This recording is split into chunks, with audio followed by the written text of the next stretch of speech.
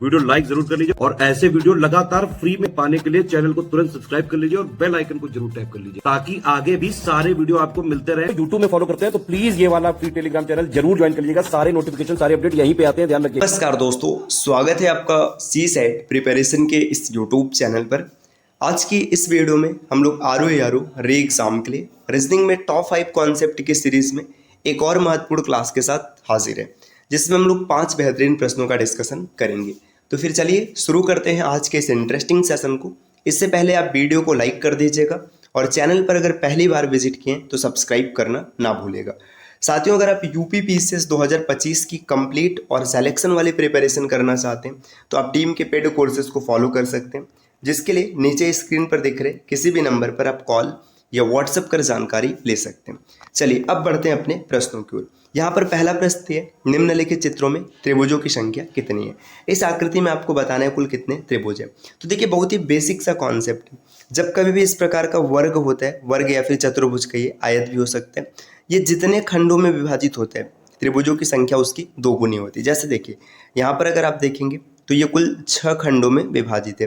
तो इस चतुर्भुज में कितने त्रिभुज हो गए? 12। देखिए 1 2 3 4 5 6 ये है, तो 12 त्रिभुज यहाँ तक हो गए। ठीक, इसके बाद देखिएगा यहाँ पर देखिए 3 त्रिभुज ये ऊपर है, 12 और 3 15 हो गया। ऐसे 3 त्रिभुज यहाँ पर नीचे है, 15 और 3 18 हो गया। ठीक, और आगे बढ़ेंगे, देखिए 3 त्रिभुज यहाँ पर है, 18 और 3 21 हो गया।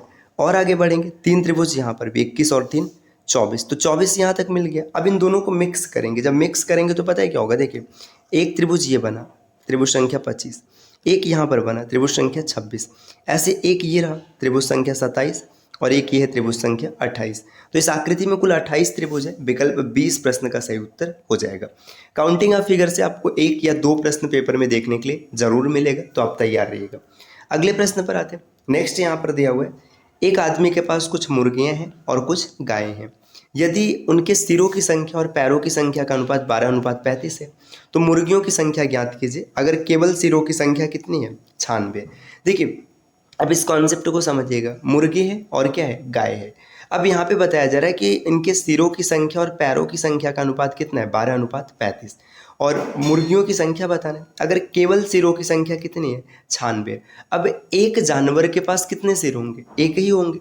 लेकिन पैर की बात करेंगे तो पैर अलग अलग हो सकते हैं। मुर्गी के पास 2 पैर होगा और गाय के पास 4 पैर होगा। अब देखिए 12:35 यहाँ पर क्या बताया जा रहा है? देखिए 12:35 का मतलब है सिरों की संख्या है 12, ये हेड हो गया, और ये फुट, मतलब आप ये लेग लिख लीजिए या फिर फिट लिख लीजिए, जो भी आपको समझ मतलब मानना है। ठीक, अब इसके बाद समझिएगा, ये बताया जा रहा है कि ये 12 मतलब हेड है और सिरों की संख्या 96 दिया, मतलब इसमें 8 से गुणा कराया गया, तो जो 12 8 96 ये यहाँ पे आ गया है ना। तो इसमें भी आप 8 से गुणा कराएंगे। जैसे 8 से गुणा कराएंगे तो यहाँ पे 35 दूना 70 और 280 हो जाएगा। अब देखिए सिरों की संख्या 96 और पैरों की संख्या 280 है। अब आप समीकरण बनाइए। देखिए एक जानवर के पास एक सिर और एक पैर, x + y बराबर कितना? ये हो गया 96। अब अगर हम पैरों की बात करें, मान लीजिए कि जैसे हम इसको गाय मान ले और इसको मुर्गी मान ले, तो गाय के पास 4 पैर होता है तो 4x। ठीक, और मुर्गी के पास 2 पैर होता है तो 2y, और बराबर कितना है? 240। इस इक्वेशन को आप कैलकुलेट करेंगे ना तो आपको फाइनल आंसर मिलेगा। देखिए आपने कैसे सेट किया? x को आपने मान लिया गाय, x बराबर काऊ। ठीक, और y को आपने मान लिया हेन, हेन मतलब मुर्गी। देखिए एक गाय के पास एक सिर होगा और एक मुर्गी के पास भी एक सिर होगा, तो x + y बराबर 96। एक गाय के पास 4 पैर होगा तो 4x, और एक मुर्गी के पास 2 पैर होगा तो 2y बराबर 240। इस इक्वेशन को सॉल्व करना है। कैसे सॉल्व करेंगे? ऊपर 2 से गुणा करा दीजिएगा। जैसे समीकरण इसमें 2 से गुणा होगा तो 2x और प्लस 2y और बराबर में 6 दूना 12, 9 दूना 18, 19, इतना आ गया। घटा लीजिएगा, माइनस माइनस और ये भी माइनस, 2y से 2y कट गया, यहाँ पे मिल गया 2x बराबर, आप इसको जब घटाएंगे तो आपको मिलेगा 48। x की वैल्यू कितनी आ गई? x की वैल्यू अगर आप यहाँ पे कैलकुलेट करेंगे तो आपको 24 मिल जाएगा। तो जब x की वैल्यू 24 मिल गया तो आपको क्या निकालना है? y निकालना है। तो y की वैल्यू अगर आप देखेंगे तो 24, यहाँ पे 96 से अगर माइनस करेंगे तो आपको 272 आना चाहिए भाई। केवल सिरों की संख्या पूछा, यदि केवल सिरों की संख्या इतने तो मुर्गियों की संख्या बताना है। समीकरण तो सब कुछ ठीक ठाक बना है, फिर आंसर क्यों नहीं मैच कर रहा? एक बार फिर से देख लेते हैं। सिरों की संख्या, पैरों की संख्या 12:35 हो गया, और मुर्गियों की संख्या बताना है। केवल सिरों की संख्या 96, सिरों की संख्या 96 तो मतलब अनुपात यहाँ पे कटा हुआ है, तो 8 से मल्टीप्लाई कराएंगे, 12 8 96 आ गया, ठीक है, बिल्कुल सही है। फिर 8 से मल्टीप्लाई हुआ तो 35 दूना 70, दूना 140, 280। अच्छा ये 280 है दोस्तों, मैं 240 यहाँ पे लिखा हूँ, माफ़ कीजिएगा। 280 जैसे ही रखेंगे तो ये कितना मिलेगा, 88 मिलेगा, तो ये 44 हो जाएगा। यहाँ पे मिस्टेक हो रहा था थोड़ा सा, माफ़ कीजिएगा।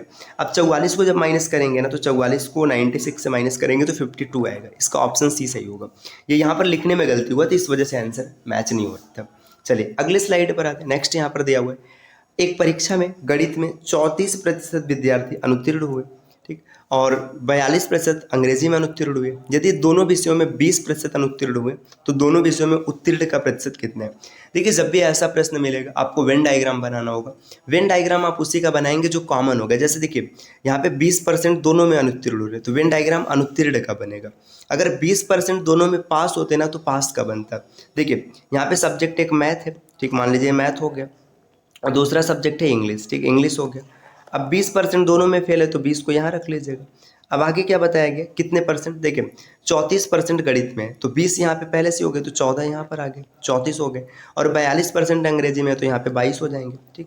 और ये इसको आप जोड़ेंगे तो 44, और 44 और 4 48, और सॉरी इसको आप जोड़ेंगे तो 42 4 46 और 10 56। 56% ऐसे जो कि फेल हो गए, तो पास कितने होंगे, 100 से माइनस कर दीजिएगा, आपको मिलेगा 44%। तो ऑप्शन ए इस प्रश्न का उत्तर बनेगा। अगले स्लाइड पर आते हैं।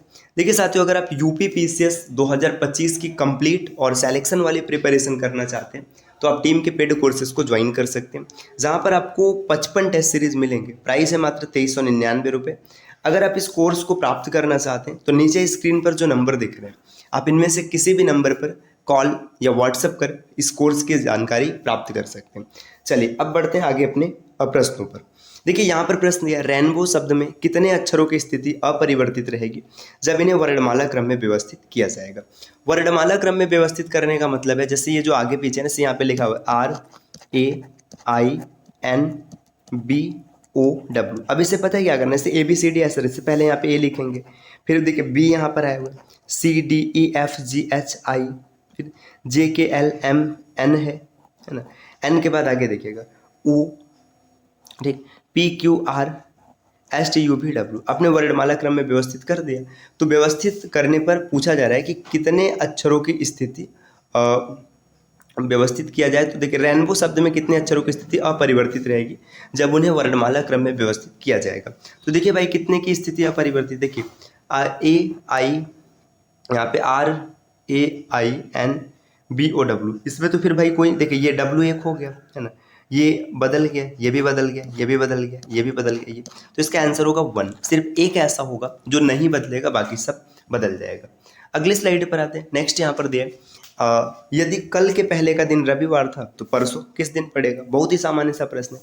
देखिए यहाँ पे कल को एक दिन मान लीजिएगा, इसके पहले एक दिन और हो गया, रविवार था तो परसों। देखिए ये आज, ये कल और ये परसों। यहाँ पर संडे है और यहाँ पे पूछा जा रहा है मंडे, ट्यूसडे, वेडनेसडे, थर्सडे। गुरुवार इसका ऑप्शन होगा, टिक करेंगे, आगे बढ़ेंगे। कितनी ही आसानी से आप कॉन्सेप्ट को समझ पा रहे हैं। तो इस प्रकार के और कॉन्सेप्ट अगर आप सीखना चाहते हैं तो आप चैनल को सब्सक्राइब जरूर कीजिएगा। और हाँ, अगर यूपी पीसीएस आपका ड्रीम है तब ये समझिए स्टडी फॉर सिविल सर्विसेज ही आपकी नैया पार लगा सकते हैं। तो आप कोर्स को ज्वाइन कीजिए और बेहतर प्रिपरेशन कीजिए। साथियों और आगे बढ़ते हैं। यहाँ पे देखिए एक प्रश्न दिया है जो कि कोडिंग डिकोडिंग है। ट्रैक को किसी विशेष कोड पर 64 लिखा गया, तो आपको बताना है नेशन का कोड क्या होगा। इस प्रश्न का सही उत्तर क्या होगा आप कमेंट करके ज़रूर बताइएगा। मिलते हैं आपसे अगले वीडियो में कुछ नए और इंटरेस्टिंग इन्फॉर्मेशन के साथ। तब तक के लिए नमस्कार।